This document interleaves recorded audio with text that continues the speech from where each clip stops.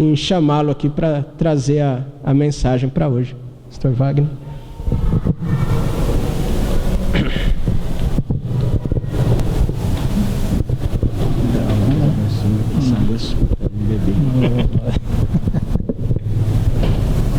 Essa caminhada aí do banco ao púlpito é que nem a caminhada do Neymar bater o pênalti, né? Aquela apreensão, o coração dispara, o negócio pega, ainda mais um púlpito desse tamanho aqui, né? Não sou acostumado, lá o negócio tudo pequenininho, o povo, né? Não que é inferior, mas é menor, mas é bênção de Deus, né? O Flávio comentou aí da nossa relação, uma relação extensa aí, né? Sofri um pouquinho ali na mão dele, mas foi uma bênção de Deus, né? E também é uma bênção de Deus poder caminhar junto com o irmão ali na junta missionária. Quero agradecer mais uma vez pelo convite. Na verdade, nós estamos retribuindo a visita, né, que os irmãos já fizeram lá em Batatais, nos abençoaram lá no segundo encontrão. Foi bênção, teve frutos, viu, irmãos? Foi pessoas lá, nos visitaram, nós pudemos fazer contato, então Deus tem nos abençoado. E quero agradecer perante toda a igreja aqui os irmãos de Batatais, que nos acompanharam, saíram das suas casas, rodaram aí, não sei quantos quilômetros que dá, mas rodaram um pouquinho. Eu falei, nossa, achei que fosse um pouco mais perto, né? Mas é um pouquinho, fiquei com dó do Flávio, porque eu falei, nossa, para de Limeira aqui é uma caminhada boa, né? Eu estou um pouquinho mais próximo de Limeira, mas glória a Deus, chega de ficar falando de mim, chega de ficar falando da igreja de Batatais, da igreja de São Joaquim da Barra, vamos falar da igreja de Cristo, vamos falar do amor de Deus pelas nossas vidas, que é para isso que nós estamos aqui, né? Para glorificar o nome dEle, exaltar o nome dEle, dizer o quanto nós o amamos e o quanto nós queremos cada vez mais servi-los, ok? Então abra sua Bíblia lá em Colossenses capítulo 1. Colossenses capítulo 1, nós vamos ler do versículo 9 ao versículo 12.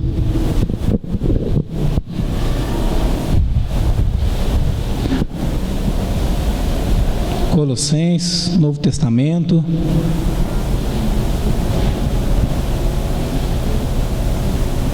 Amém? Todos aí encontraram?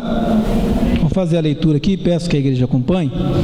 Por essa razão, também nós, desde o dia em que o ouvimos, não cessamos de orar por vós e de pedir que transbordeis de pleno conhecimento da sua vontade, em toda sabedoria e entendimento espiritual, a fim de viverdes de modo digno do Senhor, para o seu inteiro agrado, frutificando em toda boa obra e crescendo no pleno conhecimento de Deus, sendo fortalecidos com todo o poder, segundo a força da sua glória, em toda perseverança e longanimidade, com alegria, dando graças ao Pai, que vos fez idôneos à parte que vos cabe da herança dos santos na luz. Vamos orar mais uma vez, queridos? Feche seus olhos. Deus, nós queremos mais uma vez clamar ao Senhor, Pai. Fala ao nosso coração através da Tua palavra. Nós já lemos o texto do qual nós iremos refletir por alguns instantes. Sabemos que Ele por si só, Ele fala ao nosso coração. E eu, Deus, como servo do Senhor, coloco a minha vida diante de Ti, para que eu não venha ser uma pedra de tropeço, Deus, para que a Tua palavra atinja o coração do Teu servo, dos Teus filhos, mas que eu seja um canal de bênção, Deus, um canal, Deus, um instrumento nas Tuas mãos, para que o Senhor fale ao coração, ó Pai, dos Teus filhos, para que, ó Deus, nós possamos colocar em prática os ensinamentos do Senhor, em nome de Jesus, para a glória de Jesus, amém. Queridos, certa vez, os lixeiros de Nova York resolveram fazer uma greve. Nós vamos parar de pegar lixo na rua. Isso aí foi por tempo indeterminado. Deu 2 semanas, já não tinha mais onde pôr lixo, porque daí foi proibido colocar lixo na calçada. Cada morador deveria colocar os lixos no quintal da sua casa e aguardar quando cessasse essa greve aí dos lixeiros. Um rapaz, um espertalhão, aí sempre tem, né? No meio do povo tem uns espertão. Ele resolveu fazer o quê? Como tinha muito lixo na casa dele, ele foi no comércio, comprou uns papéis de presente bonito, umas caixas, colocou os lixos tudo dentro da caixa embrulhou com papel de presente, foi na esquina mais movimentada de Nova York, colocou todos aqueles embrulhos bonitos, belos, na esquina, foi no restaurante à frente, pediu um café, um lanche e ficou observando. Muitos curiosos se aproximavam, olhavam para aqueles embrulhos bonitos, até que alguns corajosos foram lá e pegaram o primeiro. Quando pegou o primeiro, todo mundo pegou, enfiou no carro e foi embora. Quando chegou em casa, o povo foi abrir o presente. O que tinha? Lixo. O que tinha ali dentro? Lixo. Lixo dentro do embrulho bonito, dentro do embrulho sofisticado, uma caixa, um papel muito bem apresentável aos olhos humanos. Mas quando chegou dentro de casa, simplesmente lixo. Já tinha lixo, aí mais lixo ainda do outro. Eu fico imaginando a reação daquele povo. Por fora, embrulho muito bonito, mas por dentro não passava apenas de lixo. Assim como os embrulhos que aquele homem fez, eram os ensinos de alguns hereges ali na cidade de Colossos. A erudição era boa. Você prestando atenção na mensagem deles, do jeito deles falar, era até bonito, mas não passava de lixo. Não passava de ensinos que ia destruir o lar, ia contaminar o lar, ia trazer mau cheiro dentro da família, assim como o embrulho daquele homem que colocou no centro da cidade de Nova York os lixos naqueles pacotes.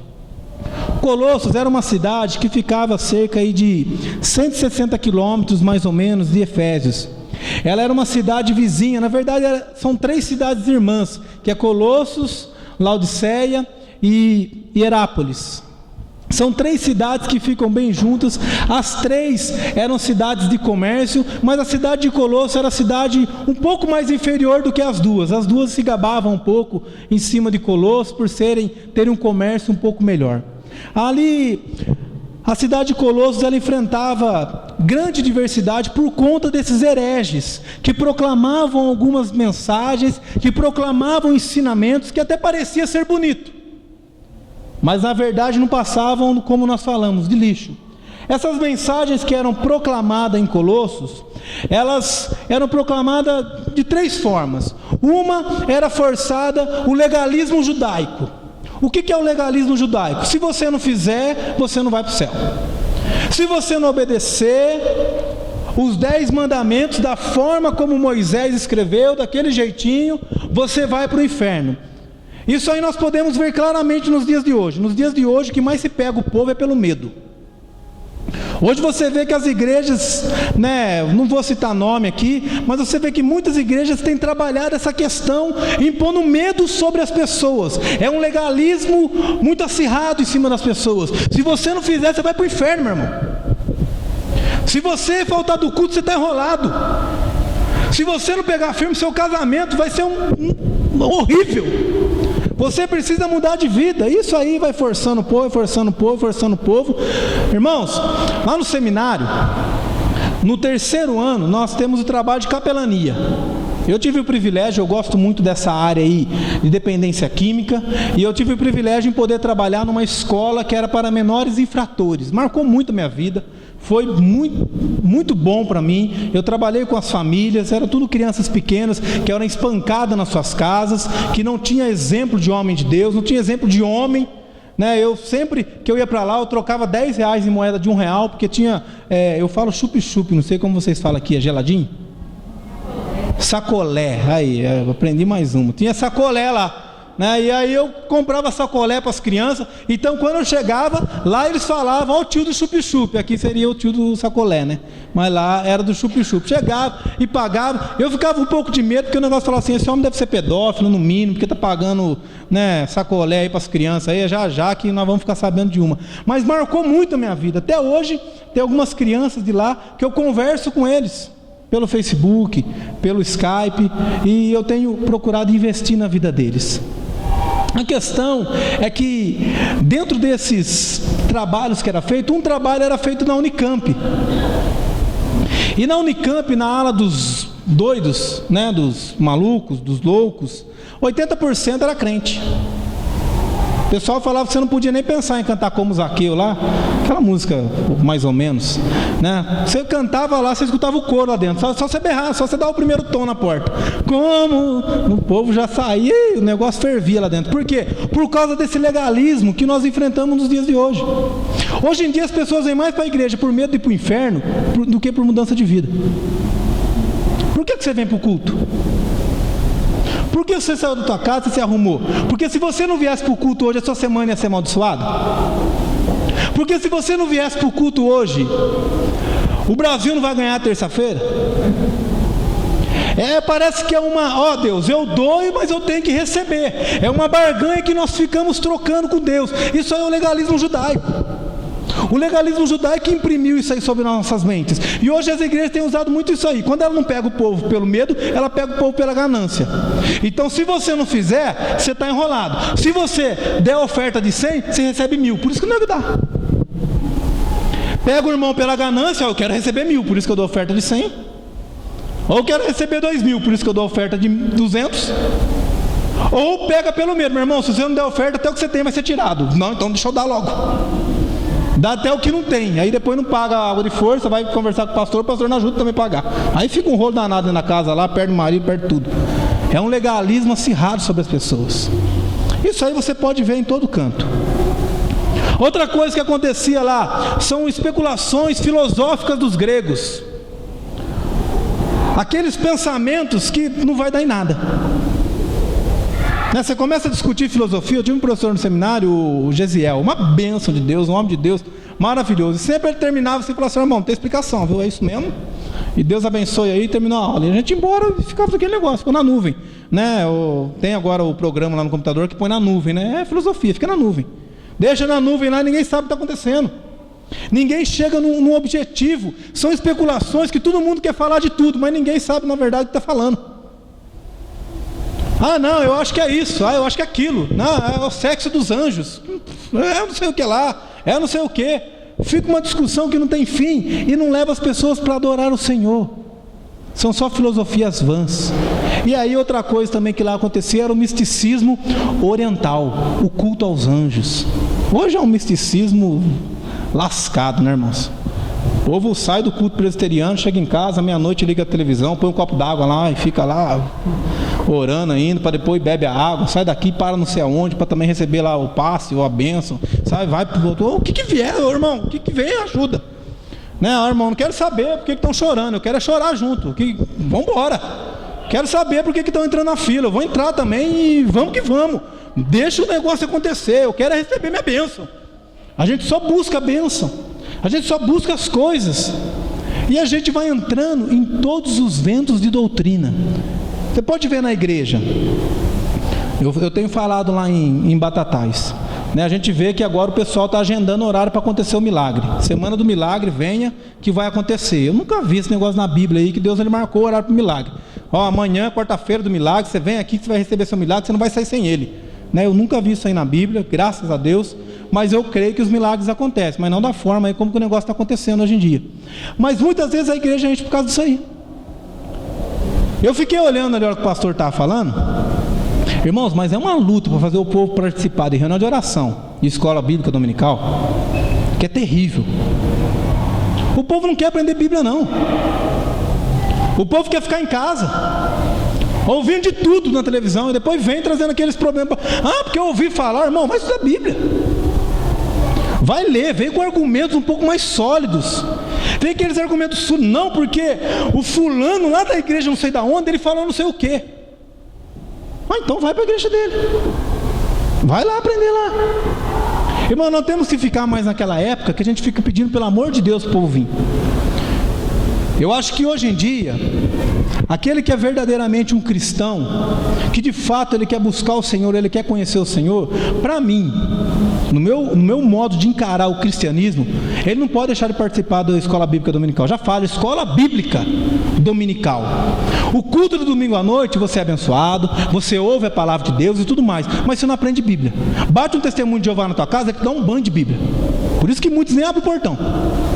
Porque tem medo do testemunho de Jeová perguntar alguma coisa, você é o quê? Tem alguns, se você falar para ele falar 3 vezes nome presbiteriano rapidinho, ele não fala. Ele erra no meio. Você perguntar, de onde que veio o nome igreja presbiteriana? De onde que veio?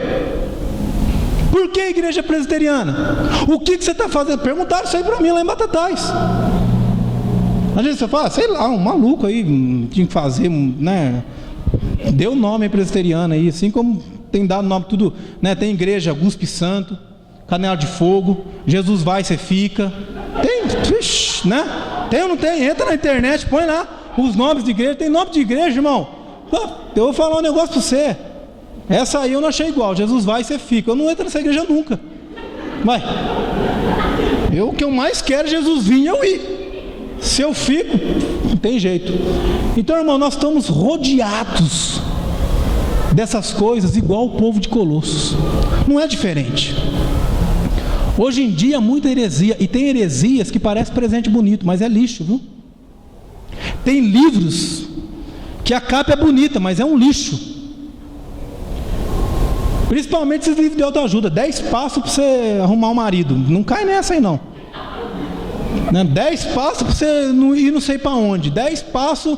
Meu irmão, não cai nessas coisas. Estuda a Bíblia. Procure seu pastor. Fala, pastor, indique para mim uns escritores bons. Principalmente o pastor Flávio. O pastor Flávio indica só livro ruim para ler. Que é aqueles livros que você não entende nada. Aí você tem que ficar perguntando para ele. Né? Eles passaram um livro lá para mim. Entende o que lê? Até hoje estou tentando entender. Né? Não entendi ainda. O negócio é terrível.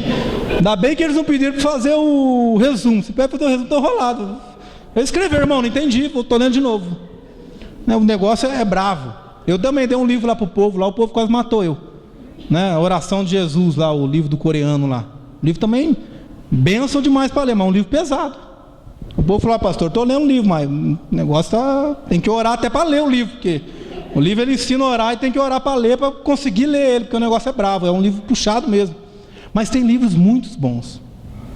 Evangelho Maltrapilho, Convite à Loucura, Discípulo Radical, do John Stott. São livros excelentes para você ler. Mas o povo quer ler o quê? Edir Macedo, Caminho à Vitória, vamos que vamos, você vai e Jesus está na frente, e nós vamos nessas coisas. Queridos, nós temos que ser inteligentes e não levar presente bonito para casa, porque você pode estar levando um lixo para tua casa. Você tem que saber o que você tem colocado dentro do seu lar. E o povo de Colossos estava perdido com isso. Por isso que Paulo, que está preso lá em Roma, há uma discussão aí se Paulo está preso em Efésios, se Paulo está preso em Cesareia, mas se você procurar um pouco mais a fundo, você vai ver que provavelmente ele está em Roma, até porque vai citar lá o Areópago, vai por causa de César, que ele recorre a César e tudo mais. Provavelmente ele está preso em Roma, e aí ele é informado por quem? Por Epáfras, que foi o plantador da igreja de Colossos, Laodiceia e Herápolis. Paulo, ele nunca tinha ido em Colossos. O povo nunca tinha visto Paulo face a face. Isso aí nós podemos ver através desse versículo que diz assim, vamos ler juntos lá? Segundo fostes instruído por Epáfras, nosso amado conservo, e quanto a vós outros, fiel ministro de Cristo, o qual também nos relatou o vosso amor no Espírito. Então, esse texto ele mostra que Epáfras que proclamou a mensagem de Deus para o povo de Colossos. Mas por que ele proclamou? Porque ele havia conhecido Paulo em Efésios, quando Paulo estava dando aula lá na escola de Tirano durante 2 anos e 6 meses. Provavelmente Epáfras, ele aprendeu aos pés de Paulo, se tornou um discípulo de Paulo, e aí ele começa a proclamar o evangelho ali. Paulo ele fica sabendo dessa situação aí do povo de Colossos. Nós poderemos inferir aqui 2 motivos. Primeiro, poderia ser porque Epáfras estava preso com ele, ou segundo, Epáfras foi visitar ele na cadeia. Ele sendo um mentor, ele foi lá pedir alguns conselhos de como lidar com aqueles hereges da época. Nós não sabemos, na verdade, Qual das duas questões aí se ele estava preso, se ele não estava? A questão é que nós sabemos que ele estava junto com Paulo, e ele testemunhou para Paulo a situação de Colossos. E aí Paulo vai escrever a carta. Esse texto comprova quando Paulo ele vai encerrar sua carta e ele vai dizer o quê? Sauda-vos Epáfras, quer dizer, está junto com ele, saudando quem? Os colossenses. Sauda-vos Epáfras, que é dentre vós servo de Cristo, o qual se esforça sobremaneira continuamente por vós nas orações, para que vos conserveis perfeitos e plenamente convictos em toda a vontade de Deus. E dele dou testemunho de que muito se preocupa por vós, pelos de Laodiceia e pelos de Herápolis.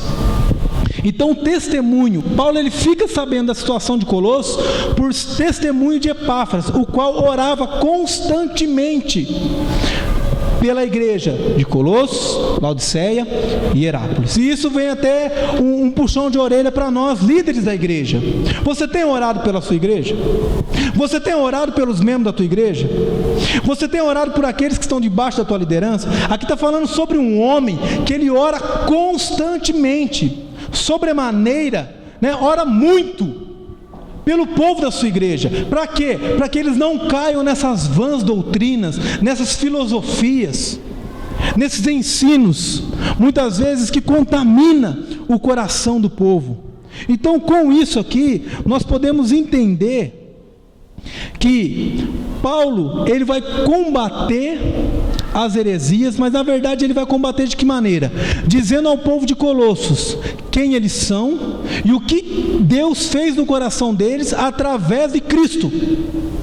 Então ele vai começar a explicar: olha, vocês foram ressuscitados com Cristo, vocês foram transformados pelo Evangelho, vocês foram transformados pelo amor deles. Então vivam, caminhem, tenham um estilo de vida, tenham um comportamento conforme Ele vos ensinou, conforme o comportamento de quem?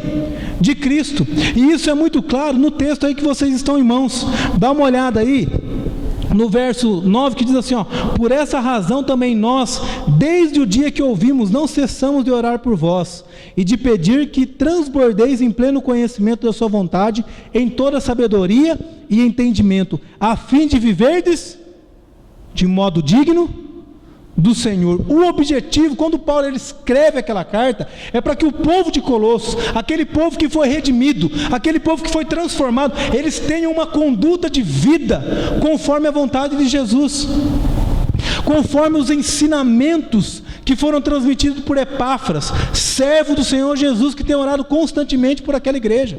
Queridos, o pastor ele está na frente da igreja, o pastor de vocês, eu como pastor da igreja de Batatais, outros pastores, eles não estão na frente da igreja procurando mostrar a sua elocução maravilhosa, querendo mostrar a sua sapiência. Na verdade, eles estão mostrando o quanto Deus ama vocês, e aí vocês recebem isso e vocês têm que praticar. Não é para inchar a tua cabeça, não é para você falar assim: nossa, que maravilha, Jesus era bonzinho demais, não. Por isso que eu canto, e eu levanto a mão, eu adoro, porque ele era muito bonzinho. Isso é admiração por Jesus, e admiração por Jesus não vale nada. Admirar Jesus não transforma a vida, gostar de Jesus não transforma a vida. Você tem que se tornar um servo de Jesus. E como que nós nos tornamos um servo de Jesus? Nos prostrando aos pés dele, recebendo a palavra dele no nosso coração, entrando na nossa mente e transformando as nossas vidas. Paulo ele vai escrever essa carta, ele vai combater aquelas vãs filosofias, e ele vai dizer para o povo que desde quando ele ouviu falar sobre o sofrimento, sobre a luta, eles não têm deixado de orar por eles. Para quê? Para que eles recebam sobremaneira o conhecimento de Deus, a inteligência de Deus. Irmãos, o que nos faz permanecer firme no caminho do Senhor não são as nossas forças, não é a nossa sabedoria, é aquilo que Deus faz em nós. Portanto, o tema que eu quero conversar com você é que Deus ele nos capacita a vivermos dignamente como cristãos. Há muitos cristãos que têm dado testemunho horrível nos dias de hoje. Eles dizem: não, eu vou na igreja sim, tem caminhado lá, estamos firmes. Não, estamos fazendo lá, o negócio está acontecendo, mas é um testemunho horrível. E de fato, hoje, assim, não vou dizer que é um dos dias mais difíceis de pregar o evangelho, porque eu creio que os dias de Paulo estão pior do que o nosso. Mas com o nosso está mais fácil pregar o evangelho. Mas é muito complicado. Você fala hoje no lugar que você é pastor, o nego esconde a carteira. Mas vai soltar ele. Antigamente, aí, há 30 anos atrás, quando você entrasse no lugar e falasse que você era um pastor, não é que as pessoas se reverenciavam diante de você, porque nós não somos dignos de reverência nenhuma, mas as pessoas te respeitavam. Antes, quando um filho ficava doente, as pessoas pegavam o telefone e ligavam para o pastor. Hoje o pastor nem fica sabendo. E depois o irmão chega na igreja e fala assim: mas você não está sabendo? Ai, meu filho ficou doente. Ai, mas como que eu vou saber, minha irmã? O irmão pede oração: ora por mim, estou precisando arrumar emprego. O pastor está lá orando, o irmão já está empregado, já está ganhando, já está firme, e o pastor está lá orando. Abre a porta de emprego, abre a porta de emprego. Nem fica sabendo. As pessoas não contam mais com auxílio espiritual. As pessoas não buscam mais o Senhor. As pessoas primeiro ligam para o médico para depois orar. Irmão, não estou falando para você que você não tem que orar, não, que você não tem que ligar para o médico, você não tem que levar seu filho para o médico, você não tem que correr atrás de porta de emprego. Mas estou falando para você, você precisa ser um servo de Deus. Adianta falar que nós confiamos em Deus e não vivemos como um tal? Mas essa confiança em Deus, esse caminhar com Deus, ele não vem dos nossos esforços. E é isso que nos consome. Porque por mais que eu e você nos esforce, venha para a igreja, escola dominical, culto domingo à noite, reunião de oração terça-feira, estou lá, vou na casa do pastor todo dia, atazanar, bater lá na porta: pastor, vem aqui trazer um bolo, vamos lá, vamos orar, pastor, vamos pegar, vamos sei que tem, ó pastor, vamos fazer, vamos caminhar. Por mais que você faça tudo isso aí, meu irmão, você vai cair no pecado, você vai falar assim: mas caramba, rapaz, eu não consigo vencer isso. Mas não consegue mesmo. Não é o legalismo, não é o muito a fazer, mas é o deixar de fazer, para que Deus comece a fazer em você. E quando Ele começa a fazer em nós, Ele começa a nos capacitar a vivermos como um exemplo. E é isso que Paulo vai dizer: olha, eu estou escrevendo para que vocês recebam esse conhecimento, para que vocês recebam essa sabedoria que vem de Deus, a fim de que, tem um objetivo. Qual que é o objetivo? Vocês andarem de modo digno do Senhor, andarem de modo digno como cristão. Para quê? Para o agrado do Senhor e não para o nosso agrado. Meus irmãos, muitos caminhos nossos não vão nos agradar, mas vai agradar a Deus. Muitas decisões que você vai ter que tomar na sua vida não vai agradar você naquele instante, mas vai agradar a Deus. Pastor, eu queria tanto fazer isso. Eu sei, meu filho. Mas você orou? Orei. Sentiu paz? Não. Então não faça. Mas pastor, mas como eu queria? Eu fazer o quê? Nem todo querer é poder diante de Deus. Diante de Deus nós temos que entender: nós somos servos. E toda capacidade para fazer algo vem de Deus. E aí ele vai começar a trabalhar alguns verbos aqui que aparecem no tempo presente. O tempo presente no grego, ele significa alguma ação contínua, uma ação durativa, que dura por toda a vida. E ele vai trabalhar algumas ações do presente de forma ativa, que é o quê? O sujeito praticando essa ação, você e eu fazendo aquilo que Deus nos chamou para fazer. E muitas ações nossas vão ser passivas, você recebendo, sendo sujeito da ação de Deus. E o primeiro verbo que vai aparecer é esse verbo que vai falar que nós temos frutificando de toda boa obra. E frutificando de toda boa obra é o presente ativo. Eu e você devemos frutificar. Os frutos de Cristo, eles já são gerados no nosso coração por intermédio do Espírito Santo. Nós somos boca do Senhor. O verso 10 aí, se você olhar na sua Bíblia, vai falar o que? Frutificando, ou seja, produzindo frutos em toda boa obra. O que é em toda boa obra? São as nossas ações. Em todas as nossas ações, produzindo frutos que façam o quê? Que agradam o Senhor, que glorificam o nome do Senhor. Mas como que nós vamos produzir esse fruto? Recebendo o auxílio divino, o direcionamento de Deus. E como nós recebemos o direcionamento de Deus? A palavra de Deus. Irmão, esse negócio de revelação aí, irmão, é isso que eu te digo. Posso sair correndo. que vai dizer é borracha. Se ele falar assim para o seu irmão, vou abrir um texto da Bíblia aqui e vou ler para você. Aí você pode sentar e ouvir, que é a palavra de Deus para a tua vida. Agora, se o irmão parar, o seu irmão, ó, eu sonhei com você essa noite. Já viu essas coisas? Acontece muito dentro da igreja, né? Irmão, sonhei com você nessa noite. E olha, eu tenho uma palavra para dar para você aqui. Fala assim, irmão, é texto bíblico que você vai ler? Não, então não dá não. Agora você quer contar que você sonhou comigo e foi uma bênção e foi um sonho, aqueles sonhos gostosos, né, que a gente tem.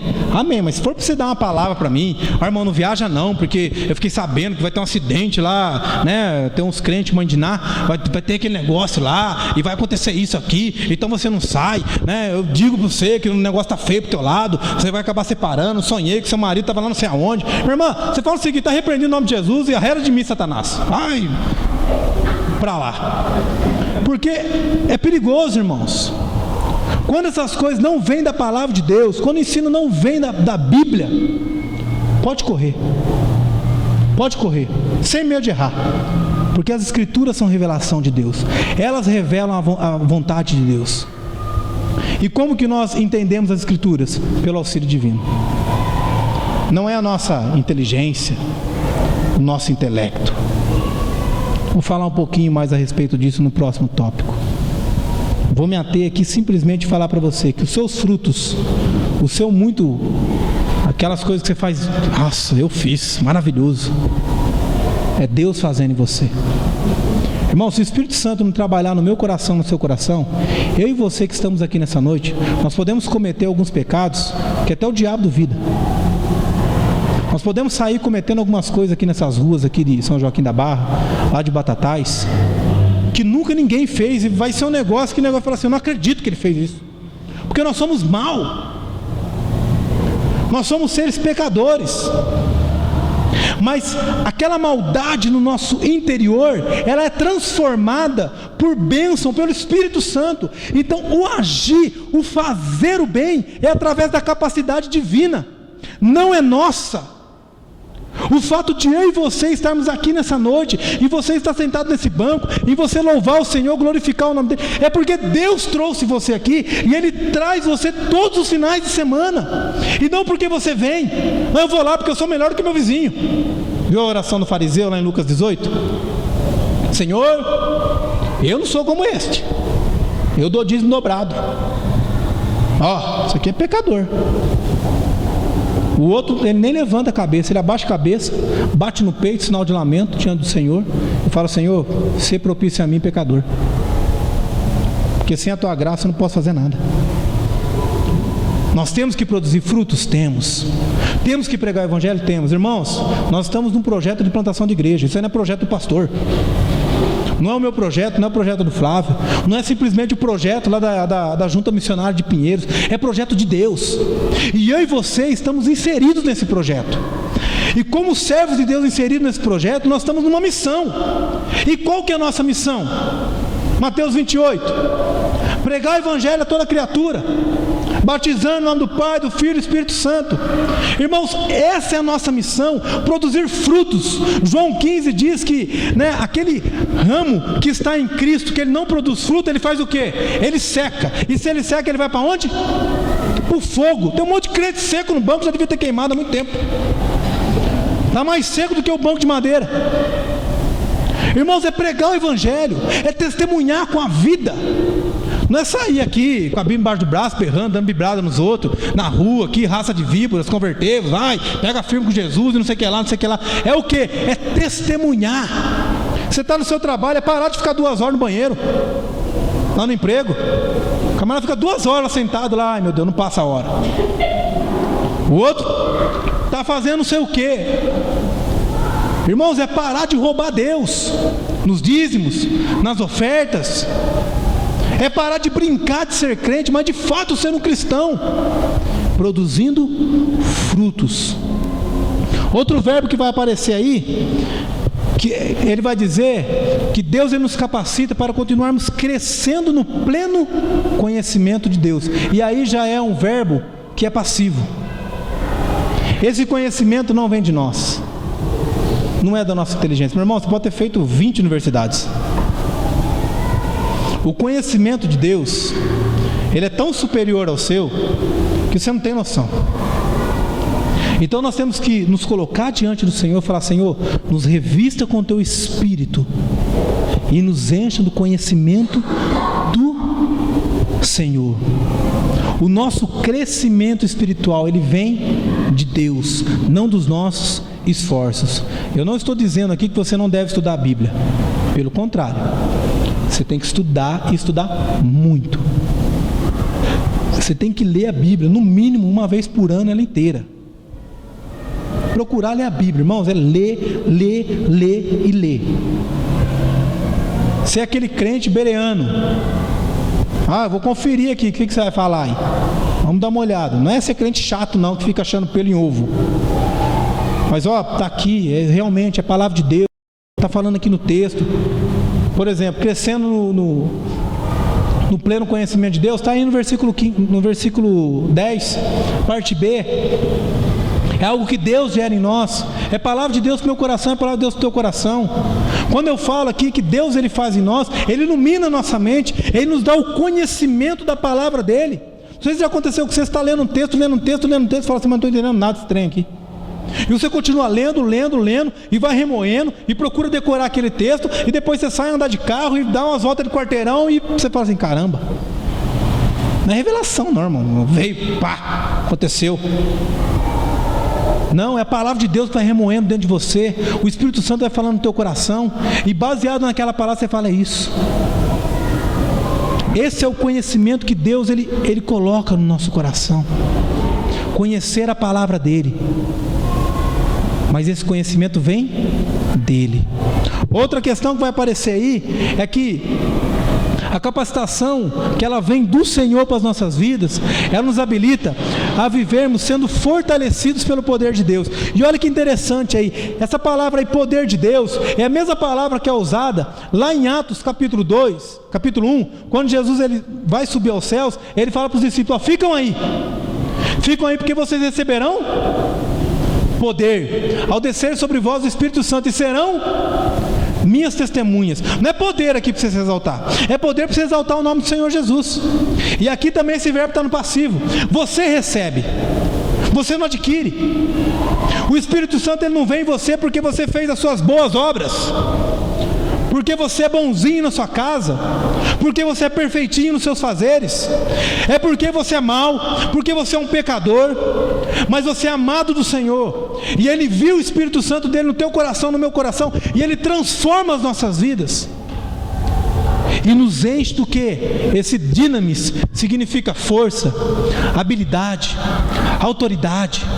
Olha para a vida dos discípulos, cambá de pescador. Os caras ser pescador é porque o judeu que estudou não deu para nada, o que resta para ele é pescar. Ele não tornou nenhum discípulo, que era o que acontecia na Judéia. Os alunos estudavam aos pés lá dos mestres até os 11 anos. Aqueles que não se destacavam, acabou o estudo para ele. Vai trabalhar, meu irmão, vai fazer outra coisa da tua vida, porque para isso você não serve. Quem servia para alguma coisa a mais, ele era chamado para quê? Para andar com o mestre e aprender aos pés do mestre. Por isso que tem aquele texto, Jesus fala assim: vinde a mim que estáis cansados e sobrecarregados, tomai sobre vós o meu jugo e aprendei de mim, porque sou manso e humilde de coração. Esse jugo que é tomar sobre mim, esse jugo se chama jugo do mestre, que é esse ensino do discipulado, do caminhar. Jesus ele chega lá, ele chama aqueles lá que não serviu para nada, que não foi chamado por nenhum mestre, e aí chega o mestre dos mestres e fala assim: vem comigo. E quando ele morre, ele vai aos céus, eles falam assim: agora vocês ficam aí, porque vocês vão receber esse poder, vocês vão receber força para sair daí desse montinho que você está e pregar o evangelho para todos os confins da terra. Vocês vão receber força, vocês vão receber autoridade, mas não porque vocês têm força, não porque vocês têm autoridade dentro desse povo, porque eu vou derramar sobre vocês isso. Vem de Deus, queridos, não vem de nós.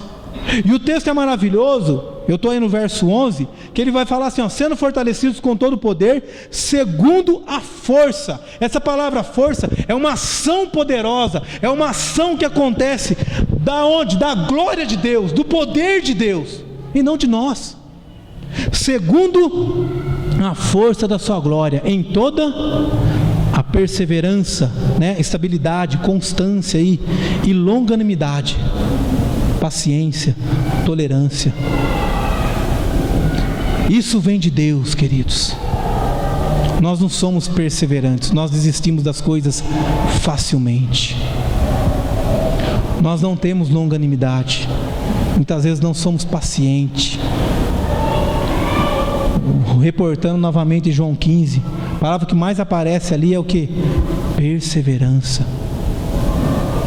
Temos que ser perseverantes na caminhada com o Senhor, buscando a face dEle. A capacitação, e eu quero encerrar, do Senhor em nossas vidas, nos habilita a vivermos dando graças a Deus com alegria. E agora ele encerra com o verbo ativo: frutificar e engrandecer o nome de Deus. Eu e você nós devemos fazer, nos mover ativamente para fazer isso aí. O conhecimento de Deus e a força de Deus para frutificar e para glorificar o nome do Senhor vem de Deus em nós. Essa é a questão, é isso que nós precisamos entender. Nós não frutificamos e não glorificamos porque nós somos bons, porque Deus nos fortalece, porque Ele nos enche com o teu poder. Aqui é muito interessante, porque o verso, finalzinho aí do verso 10, ele vai dizer assim, ó: com alegria, né? Eu vou ler todo o verso, que fica melhor para o nosso entendimento, que ele vai dizer assim, ó: sendo fortalecidos com todo o poder, segundo a força da sua glória, em toda perseverança e longanimidade, com alegria, dando graças ao Pai. Essa palavra aí, com, no grego significa meta. Vem dessa palavra, é uma meta. Qual que é a meta de nossas vidas? Catecismo maior, catecismo breve aí, que é o nosso símbolo de fé de Westminster. A primeira pergunta fala: qual que é o objetivo? Qual que é o fim de todo homem?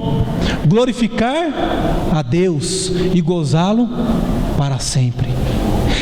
Essa é a meta de Deus em nossas vidas, para que eu e você o glorifiquemos todos os dias, todos os momentos. E como que nós o glorificamos? Recebendo a sua força, recebendo o seu poder e rendendo frutos que glorifiquem o nome dEle, que agradem a Ele. Irmãos, toda a nossa ação precede a ação de Deus. Nenhuma das nossas ações boas vem de nós mesmos, vem de Deus. É Deus agindo no nosso interior e nós rendendo frutos e glorificando o nome dEle. Ele vai encerrar esse texto no verso 12, parte B, dizendo: que vos fez idôneos. Essa palavra idôneos significa tornar aptos.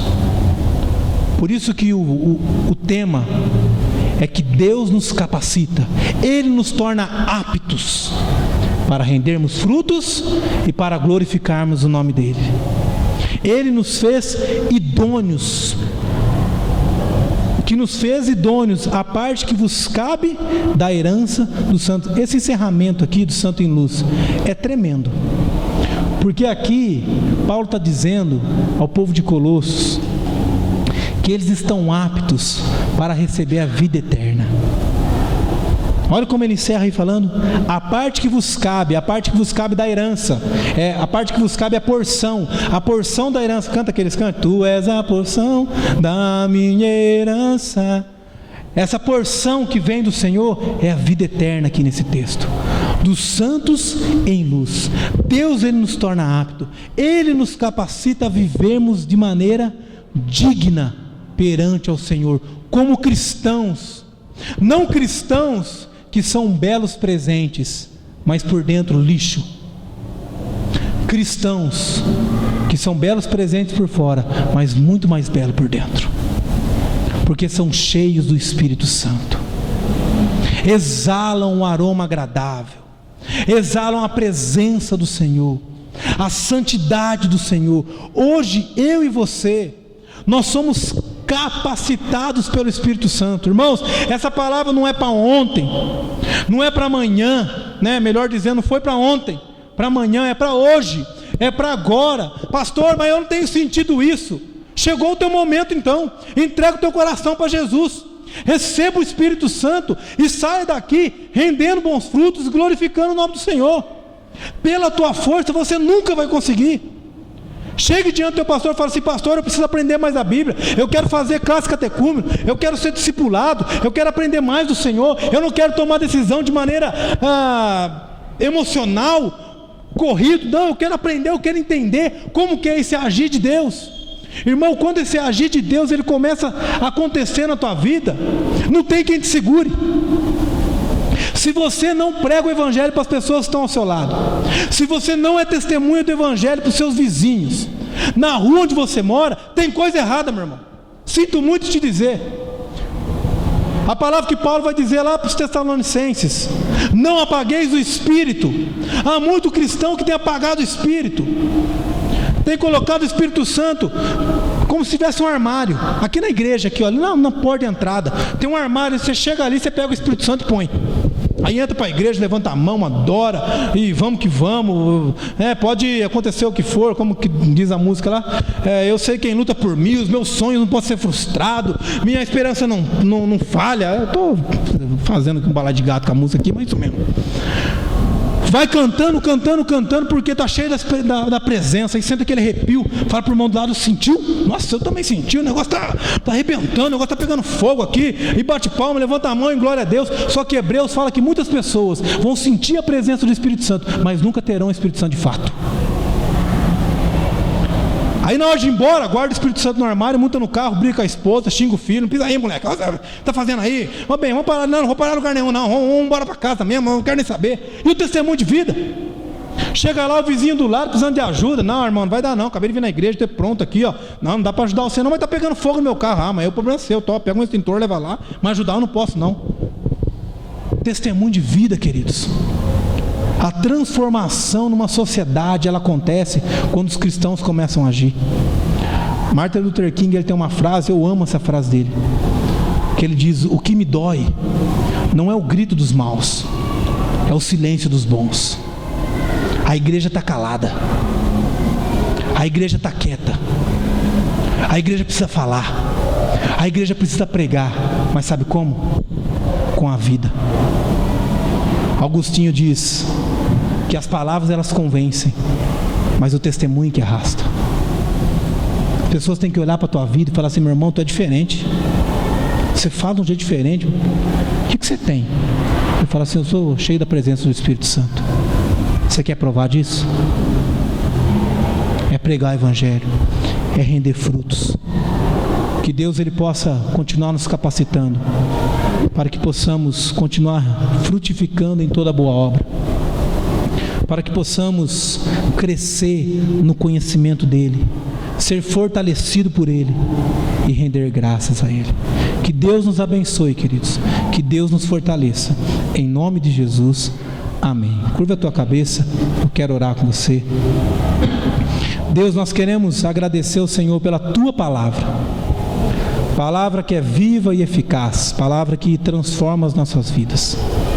Deus, como nós acabamos de meditar, Pai, na palavra do Senhor, muitas heresias, muito lixo do Evangelho tem sido proclamado, muitas coisas, ó Deus, tem levado o Teu povo distante do Senhor, ó Pai. Muitas coisas têm enganado o Teu povo. Mas como servos do Senhor, ó Deus, nós nesse momento oramos, clamamos ao Senhor: nos fortaleça, Deus, para que constantemente possamos estar na Tua presença de joelhos, em oração, clamando pela sabedoria, pelo conhecimento que vem do Senhor, ó Pai, para que possamos, ó Deus, frutificar nas nossas boas obras, para que possamos, ó Deus, ser fortalecidos, para que possamos, ó Deus, crescer no conhecimento do Senhor e render honras e glórias a Ti, ó Pai. Nós sabemos, ó Deus, que por nós mesmos nós não temos força para isso, então nos fortaleça. Espírito Santo, trabalha no nosso coração, incomoda-nos para que possamos agir e não somente falar, para que possamos ser cristão não nominal, mas de vida, de prática, Deus, em nome de Jesus, que a igreja presbiteriana de São Joaquim da Barra, que a igreja presbiteriana de Batatais seja uma igreja que floresce, não porque é uma igreja boa, não porque os membros dessa igreja são bonitos, são fortes, são inteligentes, mas porque essa igreja é cheia do Espírito do Senhor. Os membros, aqueles que têm frequentado os cultos, as famílias, são famílias que se prostram diante do Senhor, que buscam o Senhor, ó Pai, e se colocam diante da ação do Senhor, ó Deus. Deus, faça a tua vontade, assim como Cristo orou, nós queremos orar nessa noite, que não seja feita a nossa vontade, mas seja feita a tua vontade em nós, porque a tua vontade é perfeita, a tua vontade é agradável, a tua vontade transforma vidas, a tua vontade é cheia de amor, e é essa vontade que nós queremos fazer, porque é dessa vontade que nós temos provado a cada dia. Muito obrigado, Deus, pela tua palavra. Em nome de Jesus, para a glória de Jesus nós oramos, nós meditamos na tua palavra e clamamos a Deus pela capacitação do Senhor, para que possamos viver como cristãos. Em nome de Jesus, amém.